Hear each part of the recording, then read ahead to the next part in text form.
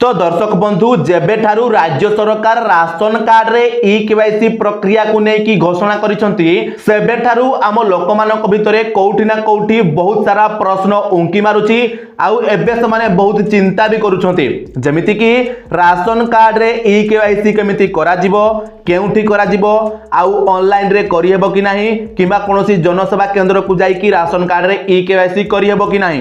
द्वितीयतः e KYC रो शेष तारीख को सरकार केबे रखिछंती एवं तृतीय प्रश्न ई केवाईसी न कले राशन कार्ड टी कटि जिवो कि एवं चतुर्थ प्रश्न बाहरे हमरो जे भाई माने काम करूछंती सेमानको पाई सरकार की पदक्षेप नैछंती किबा की नुआ नियम आनिछंती जा द्वारा सेमाने आराम रे ई केवाईसी करि परिबे। तो ए सब प्रश्नर उत्तर वर्तमान आपनकू ए वीडियो रे मिलिबा को जाउची सेति पाई वीडियोटी को प्रथम रु शेष पर्यंत निश्चय देखंतु जा द्वारा आपनक मन रे जहा किछि भी प्रश्न आसुची से सब प्रश्नर उत्तर बास आपण मानकू ए गोटे वीडियो रो ही मिलि जिवो। तो दर्शक बंधु वर्तमान आपण कोउठु ना कोउठु सुनिथिबे किबा न्यूज रे भी देखुथिबे किबा आपनक गां रो जे डीलर रहिचंती सेमानको ठारू भी आपण सुनिथिबे जे आगामी मास अर्थात सेप्टेम्बर 25 तारिख को आपनकर राशन कार्ड ई केवाईसी करिवार शेष तारिख रखा जायछि आ सरकारक तरफरु ए नै कि नोटिस भी जारी हैछि जेमिति आपण वर्तमान एठी स्क्रीन रे भी देखि पारुथिबे। तो यह को देखिला परे यह को सुनिला परे आम लोक मानक मन रे गोटे प्रश्न उठिछि जे कोन सतरे जदि सेप्टेम्बर 25 तारिख शेष तारिख रहिछि ताहाले वर्तमान तुरंत समाने कोन करूछंती ना तांकर जेउ माने भी संपर्कीय किबा तांकर परिवार सदस्य जेउ माने भी बाहरे काम करूछंती सेमानकु तुरंत फोन कॉल करिकी घर को डाकुछंती आउ सेमानकु आसिकी राशन कार्ड रे ई केवाईसी करिनेबा को कहउछंती। तो यह को नहीं कि आमर जो भाई माने बाहर काम करुछंती से माने बहुत सारा वर्तमान हैरान भी होउछंती चिंतार भी पड़िछंती जीवु ना जीवुनी। तो आपण ए वीडियोटी को सेति पई निश्चय देखंतु। तो देखंतु प्रथम प्रश्नटी हमर रहिछि जे राशन कार्ड रे ई केवाईसी केमिति करा जिवो एवं आकु आमे कोनोसी जनसेवा केंद्र किबा ऑनलाइन रे करि परिबु कि नाही। तो देखंतु दर्शक बंधु आपण माने एही ई केवाईसी प्रक्रिया को कोनोसी जनसेवा केंद्र किबा कोनोसी मोबाइल ऐप किबा ऑनलाइन रे टोटली भी करि परिबे नाही। आपण केवल आपणक डीलर को पाख को जाई आपणक फिंगरप्रिंट किबा आपणकर आई स्कैन करिकि ही आपणकर ई केवाईसी प्रक्रिया को आपण माने संपूर्ण करि परिबे।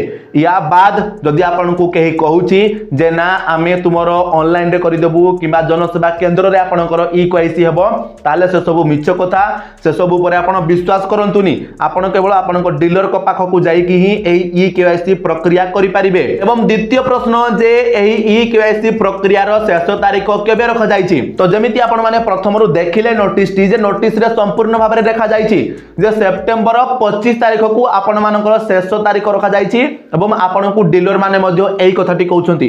तो मन रखंतु दर्शक बंधु लेटेस्ट न्यूज यह रही जे वर्तमान जो ए सेप्टेम्बर 25 तारिख को शेष तारिख रखा जाइथिला ताकू वर्तमान एठू हटाई दिया जाइछि एवं आपणकर वर्तमान कोनोसी समय सीमा ही रखा जाइनी। तो आपण माने जेबे चाहिबे सेबे आसिकी राशन कार्ड रो ई केवाईसी प्रक्रिया को करि परिबे काहे कि ना विधानसभा रे मंत्री निजे ए कथाटी कहिसंती एवं से कहिसंती बाहरे हमर जे भाई माने काम करूचंती खास सेमानक पई एही नुआ नियमटी आना जाइछि जे सेमाने जेबे आसिले भी सेमाने सेबे राशन कार्ड रे ई केवाईसी करि परिबे। वर्तमान एहारो शेष तारीख किछि भी नाही।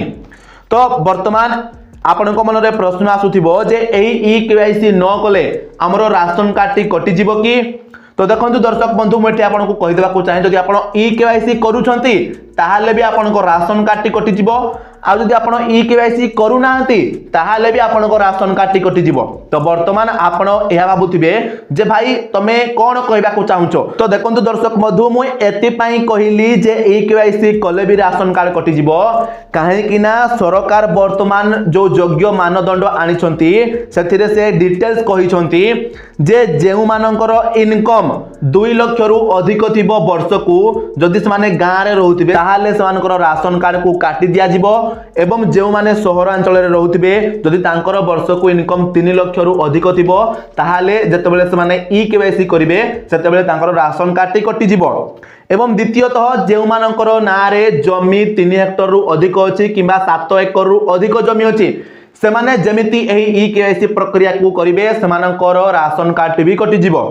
एवं तृतीयतः जो मानक पाखरे कोनोसी प्रकार कार ट्रैक्टर किंबा चारि चकिया जानर ऊर्ध्व चकिया जान अछि ताहाले सेमानकर राशन कार्ड कटि जिवो एवं ता सहित जो माने कृषि जंत्रपातिर मालिक होइथिबे सेमानकर मध्य राशन कार्ड को एठी कटा जिवो बोली सरकार कहिसंती। एवं चतुर्थतः जो माने सरकारी चाकरी करुथिबे सेमानकर राशन कार्ड एठी कटा जिवो एवं जो माने भूल डॉक्यूमेंट देथिबे सेमाने जेमिति केवाईसी प्रक्रिया को करिवे सेमानकर राशन कार्ड भी काटी दिया जिवो एवं षष्ठतः जो माने इनकम टैक्स देउथिबे सेमाने मध्य एही राशन कार्ड पाइबारु वंचित हेबे। तो एभली भाबरे एही 6टी नियम सरकार आनिछंती। तो वर्तमान जे भी ई केवाईसी करूची आ जदी एही 6टी पॉइंट भितरे आसुची ताहाले तारो राशन कार्ड को सरकार काटी देबे।